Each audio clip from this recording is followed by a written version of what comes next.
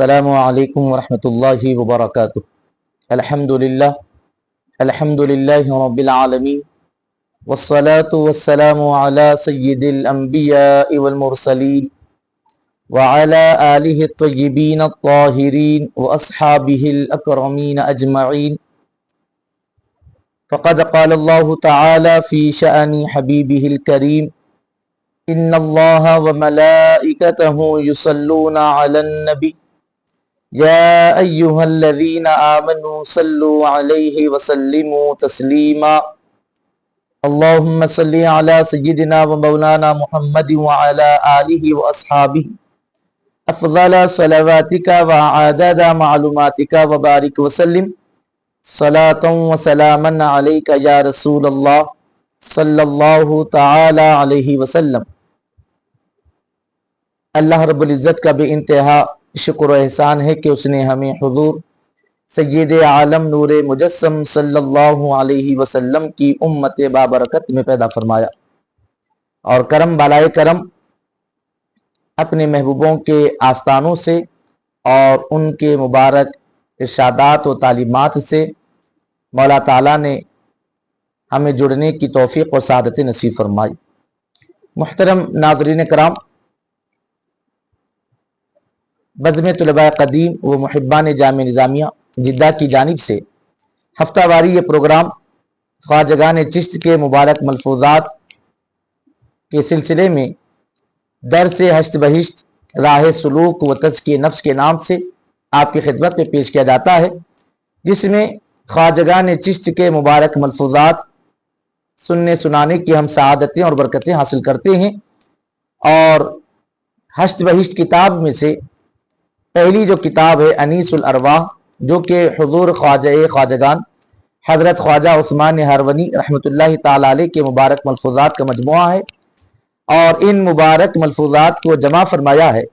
حضور خواجگان خواجہ معین الدین حسن چشتی سنجری اجمیری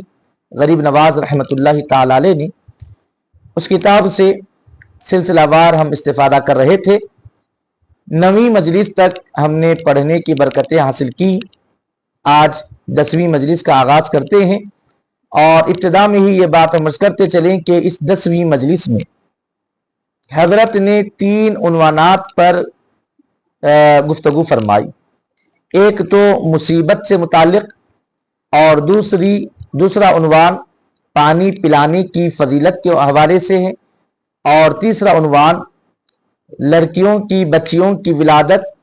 اور ان کی تربیت کے حوالے سے جو فضائل جو برکات بیان ہوئے ہیں ان کو بیان فرمایا ہے۔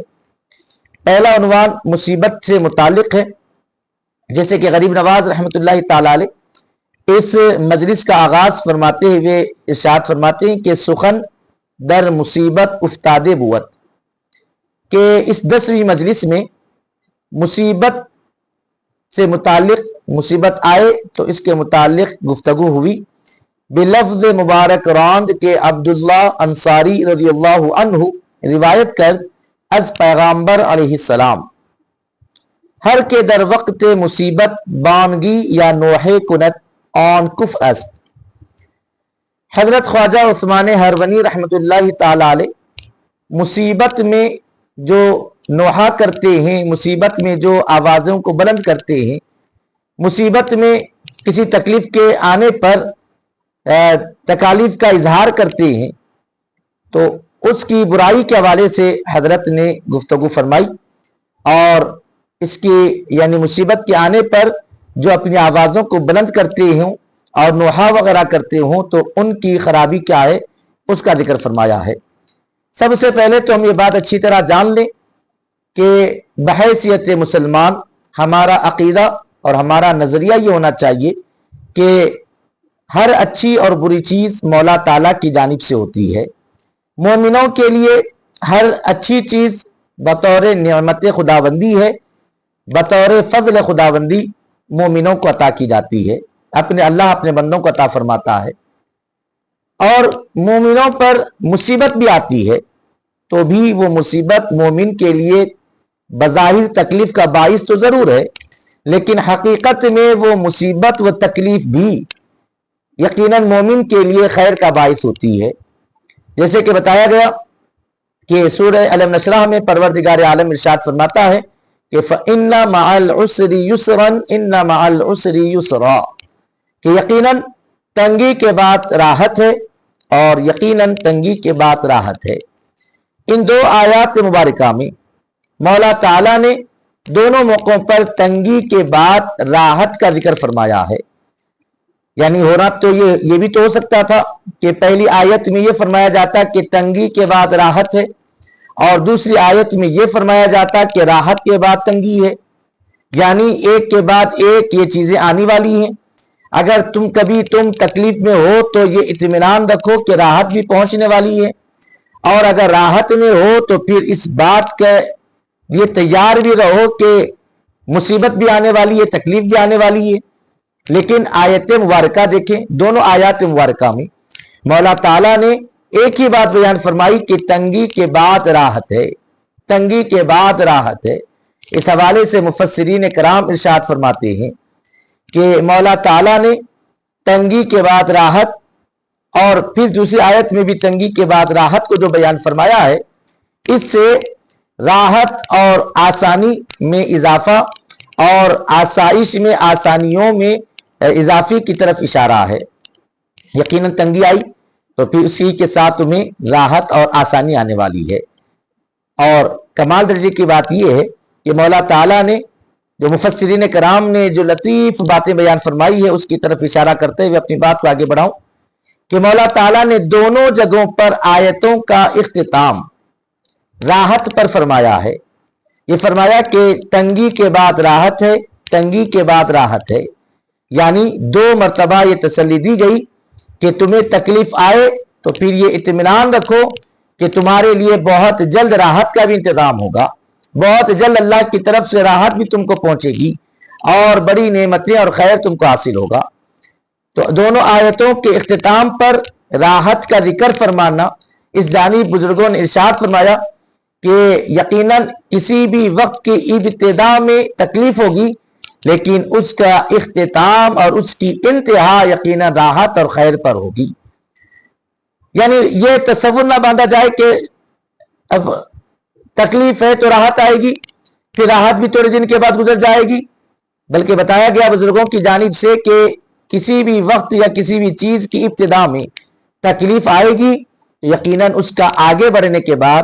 وہی لمحوں سے جب ہم آگے بڑھیں گے تو اس وقت کے اختتام یا انتہا پر پہنچیں گے تو خیر ہی خیر، راحت ہی راحت پہنچے گی۔ اب یہاں ایک سوال یہ پیدا ہوتا ہے کہ ٹھیک ہے، تکلیف کے بعد راحت پہنچی تو پھر راحت کے بعد بھی تکلیف آئے گی، اس کا تم انکار نہیں کر سکتے۔ تو بزرگوں نے ارشاد فرمایا کہ ہاں، اب اس راز کو اچھی طرح سمجھنے کی ضرورت ہے جو بزرگوں نے واضح طور پر ہم کو بیان فرمایا ہے۔ یہ یقیناً ان بزرگوں کی تعلیمات کی برکتوں سے ہی مولا تعالیٰ یہ راز و نیاز کی پردے ہم پر سے اٹھاتا ہے اور اپنے فضل و کرم کے جلوے دکھاتا ہے۔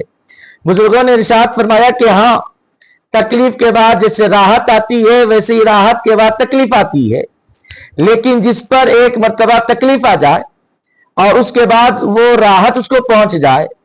تو پھر اس کے بعد وہ راحت کے بعد پھر وہ تکلیف آتی ضرور ہے، بظاہر وہ تکلیف ہوتی ہے، لیکن جس پر آتی ہے وہ اب وہ تکلیف نہیں نظر آتی، اس کے لیے وہ بس راحت بن جاتی ہے۔ یعنی ارشاد فرماتے ہیں کہ دیکھو، جب آدمی پر کوئی مصیبت اور تکلیف آتی ہے اور جب آدمی اس مصیبت اس تکلیف میں